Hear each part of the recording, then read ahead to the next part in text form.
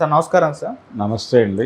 Sir ఈ వారం కూడా 4 సినిమాలు అయితే రాబోతున్నాయి సార్. ఒకటి 'Siddhu Jonnalagadda' and 'Vaishnavi Chaitanya', 'Jack' cinema. ఈ సినిమా పైన కాస్త ఎక్స్పెక్టేషన్స్ అయితే ఉన్నాయి సార్. అలాగే గోపీచంద్ మల్లేని గారు బాలీవుడ్ హీరో తో తీస్తున్న సినిమా 'జాట్' సినిమా కూడా రాబోతుంది. అండ్ అజిత్ గారి 'good bad ugly' and Pradeep Manchiraju గారు యాంకర్గా చేశారు. ఆయన 'ఇక్కడ అబ్బాయి అక్కడ అమ్మాయి' ఆ సినిమా ఒకటి రాబోతుంది. మరి 4 సినిమాల్లో ఎక్స్పెక్టేషన్స్ ఏ సినిమా పైన ఉంది, మరి ఏది వర్కౌట్ అయ్యే అవకాశాలు కనిపిస్తున్నాయి సార్ ఇప్పటి వరకు వచ్చిన ఈ కంటెంట్ చూసుకుంటే?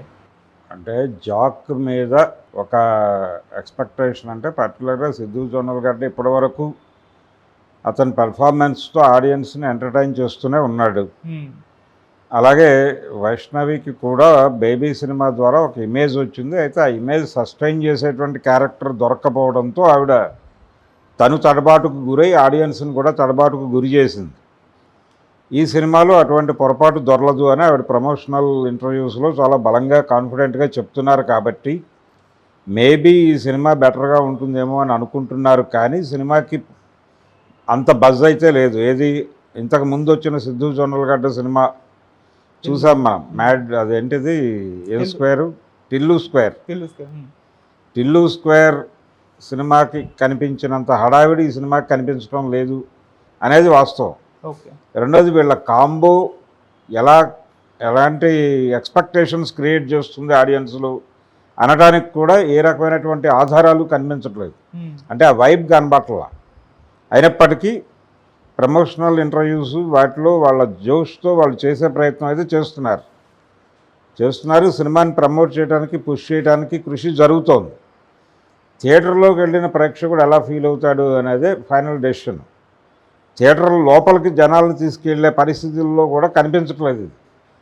కానీ జనాలు వెళితే వెళ్ళొచ్చు. ఈ సినిమాకి కొంత హోప్ ఉంది, కొంత మాత్రమే హోప్ ఉంది. కొంతమంది అటువైపు చూస్తున్నారు. ఏంటో పరిస్థితి, తను ఏదైనా వెరైటీగా చేస్తాడు అనే ఒక కాన్ఫిడెన్స్ ఉంది. ఆ కాన్ఫిడెన్స్తో థియేటర్లోకి వెళ్తే కొంత మేరకు వెళ్ళొచ్చు. కానీ బీభత్సమైనటువంటి వేవ్ కనబట్టలేదు, వైబ్ కనబట్టలేదు. అందుకని ఆ సినిమా పరిస్థితి అది. తర్వాత గోపీచంద్ మల్లేని చేస్తున్నటువంటి టాలీవుడ్ మేడ్ బాలీవుడ్ ఫిలిం, అది దాని మీద కొంచెం ఎక్స్పెక్టేషన్స్ ఉన్నాయి జనాల్లో. ఏదో హడావిడి మనాళ్ళు సీరియస్గా తొలిసారి ఇటు నుంచి ఆ మార్కెట్ని కొల్లగొట్టడానికి, అంటే గతంలో జరిగాయి. గతంలో తెలుగు నిర్మాతలు హిందీ సినిమాలు తీయటం అనేది పెద్ద ఇష్యూ కాదు. అది గతంలో విజయవారు తీశారు. విజయవారు ఏంటి ప్రతి ఒక్కరూ తీశారు. రోజా మూవీస్ అర్జున్ రాజు గారు తీశారు, డివిఎస్ రాజు గారు తీశారు. ప్రతి ఒక్కరూ, ప్రతి తెలుగు నిర్మాత తన సినిమాని హిందీలో తనే తీసుకునేవాడు. క్రాంతి కుమార్ గారు తీశారు. ఇలా ఒక పద్ధతి ఉంది, ఒక ట్రెడిషన్ ఉంది మనకి. అయితే ఇటీవల కాలంలో మనం పాన్ ఇండియా సినిమాలు మాత్రమే చేస్తున్నాం.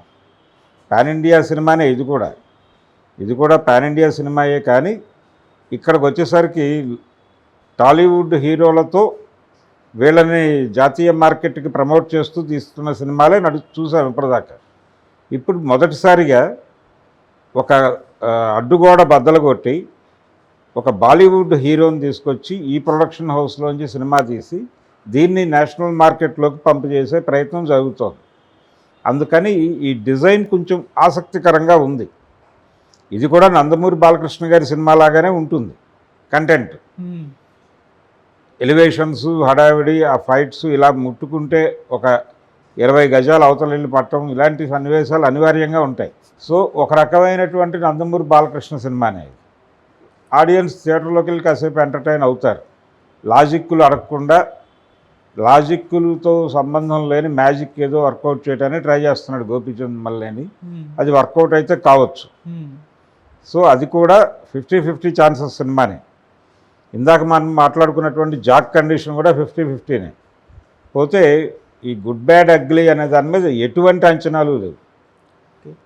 అది విపరీతంగా బాగుంటే తప్ప, విపరీతంగా బాగున్నా కానీ, అంటే హీరో ప్రస్తుతం థియేటర్ల పరిస్థితి ఏంటంటే థియేటర్కి ఆడియన్స్ రావటం అనేది చాలా కాన్షియస్గా తగ్గిపోయింది అనేది వాస్తవం. కేవలం పెద్ద హీరోల అభిమానులు మాత్రమే థియేటర్లకు వస్తున్నారు. సాధారణ ప్రజలు రోజువారీ సరదాగా సినిమాకి వెళ్ళాలి, ఎవరైనా ఇంటికి బంధువులు వస్తే వాళ్ళతో కలిసి సినిమాకి వెళ్ళాలి అనేటువంటి ఒక పాత ఆచారం రద్దయిపోయింది. రద్దయిపోవడంతో ఏదైనా సెలబ్రేషన్ ఉంటే ఫెస్టివల్లో మరొకటి ఉంటే కాసేపు థియేటర్కి వెళ్దామని కొన్ని ఏరియాల్లో అనుకుంటున్నారు, అన్ని ఏరియాల్లోనూ కాదు. మెట్రోపాలిటన్ సిటీస్లో పోయింది అది. ఇంకా కూడా కొన్ని ఏరియాల్లో, కొన్ని ఇప్పటికీ సాంప్రదాయాన్ని గౌరవిస్తున్న సిటీస్లో ఆ కల్చర్ ఉంది. అక్కడ కలెక్షన్స్ బాగానే ఉంటున్నాయి, థియేటర్కి జనాలు వస్తున్నారు. సింగిల్ స్క్రీన్కి మల్టీప్లెక్స్లకి తగ్గిపోతున్నారు. సింగిల్ స్క్రీన్స్కి ఆ 2-3 రోజులు హడావిడి ఉంటుంది, కానీ మిగిలిన రోజుల్లో ఉండట్లేదు. చాలా సింగిల్ స్క్రీన్స్ మూతపడిపోయినాయి తట్టుకోలేక. సినిమా వేసుకుంటారు, అది 3 డేస్లో జనం రారు. 4వ రోజు నుంచి ఏం చేయాలో అర్థం కాదు. బుకింగ్స్ ఓపెన్ చేస్తారు, గుమాస్తా గారు కూర్చుంటారు టికెట్లు ఇవ్వడానికి, ఎవరు రాడు. ఒక 10-15 టికెట్లు దిగితే వాళ్ళకి డబ్బులు ఇచ్చి పంపించేస్తే తాళాలు వేసుకుని పడుకుంటున్నారు. లిటరల్గా ఇదే కండిషన్. టికెట్లు రేట్లు తగ్గించినా రావడం లేదని థియేటర్ల వాళ్ళు ఆవేదన పడుతున్నారు. ఇప్పుడు చాలా ప్రాంతాల్లో బాల్కనీ 120 ఇస్తే చాలు మీకు సినిమా చూపిస్తాం అంటున్నారు సింగిల్ స్క్రీన్ వాళ్ళు. కానీ జనాలు ఆ డబ్బులు పెట్టడానికి కూడా సిద్ధపడటం లేదు అనేది కండిషన్. అంటే 500 అక్కడ కడితే 6 నెలలు ఇదే కంటెంట్ కాదు 100 కంటెంట్లు చూడొచ్చు కదా ఓటీటీలో అని ఆలోచిస్తున్నారా జనాలు అనేది ఇప్పుడు భయం కలిగిస్తోంది చాలామంది. ఈ భయం కలిగిస్తున్నటువంటి నేపథ్యంలో థియేటర్లు ఉంటాయా ఊడిపోతాయా అనేటువంటి సందేహంలో ఉండగా చాలా చోట్ల థియేటర్లు క్లోజ్ చేసేటానికి సిద్ధపడుతున్నారు. విజయవాడ అప్సరా థియేటర్ పరిస్థితి ఏంటి? ఒకప్పుడు అది ఆ థియేటర్లో ఏ సినిమా వేసినా ఆడుతుంది అనుకునేవాళ్ళు. ఇప్పటికీ పాత తరంలో అభిప్రాయం ఉంది. ఆ సినిమాలో ఆ థియేటర్లో వేయటం వలన ఆ సినిమా హిట్ అయింది అనే పరిస్థితి. అటువంటిది ఇప్పుడు అసలు అందులో వేసే సినిమా లేక థియేటర్ కూర్చున్నారు వాళ్ళు. కూర్చుని ఏం చేయాలో అర్థం కావట్లేదు వాళ్ళకి. అది కనుక తీసేసి కాంప్లెక్స్ కడితేనేమో సెట్ బ్యాక్స్ వదిలితే ఏం ఉండదు. థియేటర్గా ఇలాగే కొనసాగిస్తే బిజినెస్ లేదు. ఏం చేయాలో అర్థం కాని డైలమాలో తలలు పట్టు కూర్చున్నారు. ఈ కండిషన్ చాలా థియేటర్లకు ఉంది. కళ్యాణ మండపాలుగా మార్చేస్తున్నారు కొంతమంది. కొన్ని చోట్ల సినిమాలు జనం వస్తే సినిమా, లేకపోతే కళ్యాణ మండపాలుగా మారుస్తున్నవి కూడా ఉన్నాయి.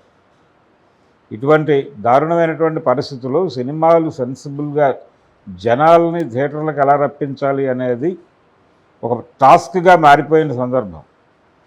ఈ టాస్క్గా మారిపోయిన సందర్భంలో కొత్త తరహా కథల కోసం కూడా కసరత్తులు బాగానే జరుగుతున్నాయి. దీంతోపాటు థియేటర్ని ఆడియన్స్ ఫ్రెండ్లీగా మార్చటము ఈ కసరత్తు కూడా జరుగుతోంది కాన్షియస్గానే. ఇప్పుడు ప్రధానమైనటువంటి ఇబ్బంది ఏంటంటే కంటెంట్ అవైలబిలిటీ పెరిగింది. ఓటీటీలో కంటెంట్ ఉన్నా ప్రొడ్యూసర్కి డబ్బులు వెళ్తాయి. కానీ ఇక్కడ మధ్యలో ఇంటర్నెట్ ప్లాట్ఫామ్స్ అనేవి దెబ్బ కొడుతున్నాయి సినిమాని. ఈ ఇంటర్నెట్ ప్లాట్ఫామ్ దెబ్బ నుంచి కనుక సినిమాని కాపాడుకోగలిగితే కొంతమేరకు సింగిల్ స్క్రీన్స్ బతుకుతాయి. అది ఒక ప్రయత్నం కాన్షియస్గా ప్రొడ్యూసర్ల వైపు నుంచి జరగాలి. ప్రొడ్యూసర్లు, డైరెక్టర్లు వీళ్ళందరూ కృషి చేసి ఆ ప్రయత్నం చేయాలి. ఒకటి అంటే థియేటర్ని కాపాడుకోవడానికి, సినిమాని కాదు. ఇలాంటి కండిషన్లో బెటర్ కంటెంట్ ఏది, ఎలాంటి కంటెంట్తో మనం జనం ముందుకు వెళ్ళాలి అనేటువంటి సంక్షోభం నుంచి ఇప్పుడిప్పుడే తెలుగు డైరెక్టర్లు బయటకు వస్తున్నారు.